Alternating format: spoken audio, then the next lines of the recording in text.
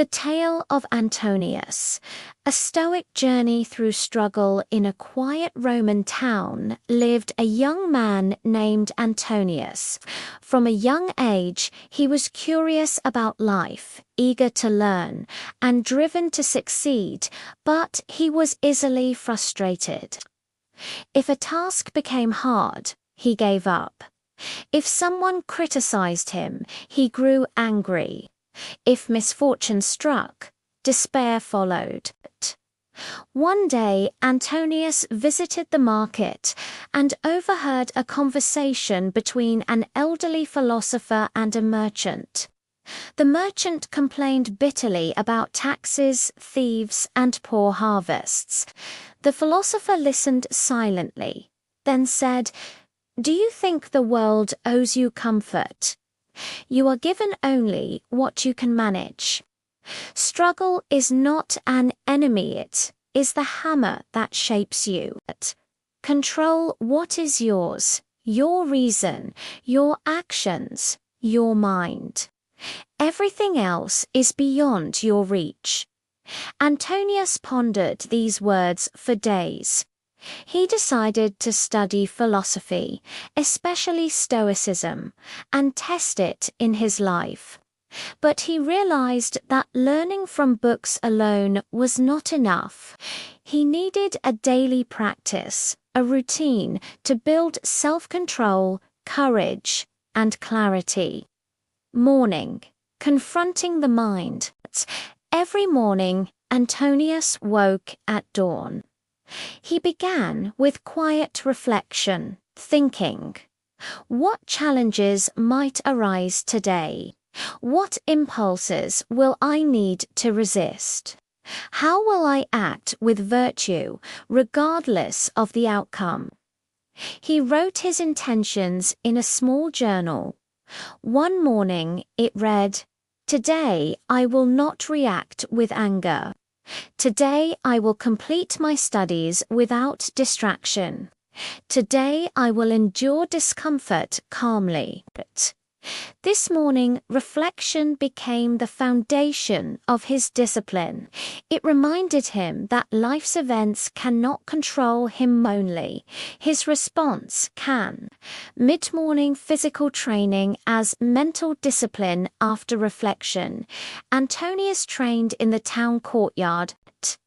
He lifted stones, ran along dusty roads, and occasionally endured voluntary discomfort, cold water from the fountain, fasting until midday, or carrying heavy loads.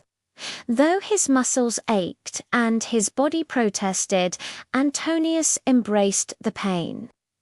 Discomfort is temporary. Weakness is permanent if I yield. Each struggle strengthened not only his body but his mind. Late morning, study and focus. With a disciplined body and calm mind, Antonius devoted hours to study. He read Epictetus, Seneca, and Marcus Aurelius, analyzing passages and reflecting on their meaning. When distractions came a messenger, a neighbor's gossipy paused, observed the impulse, and returned to his work. Over time, he noticed that attention and focus are like muscles, they grow with daily exercise. Afternoon, moderation and mindfulness. Antonius ate simple meals, bread, fruit, and water, no excess, no indulgence. During each meal, he practiced mindful awareness, savoring the food and acknowledging its source. He reflected, "Pleasure is fleeting. True freedom comes from not being enslaved by desire." Late afternoon, testing virtue in daily life. Antonius interacted with the townspeople, traders, children, elders. Sometimes insults or slights came his way. Once a merchant mocked his thin frame, saying he was too weak to lift heavy goods. Instead of anger, Antonius calmly replied, "Strength is not measured by the eye, but by the mind and effort." He continued his tasks, unaffected by mockery. Each time he resisted emotional reactions, his inner power grew. Evening, reflection and gratitude at dusk, Antonius returned home and journaled. What did I do well today?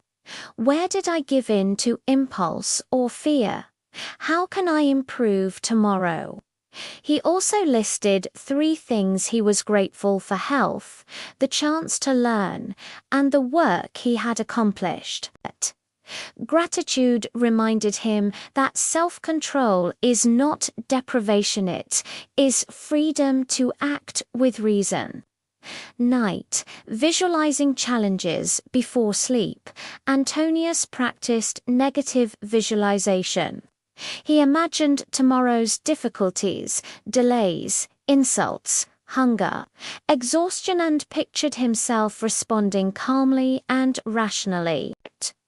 The world will challenge me.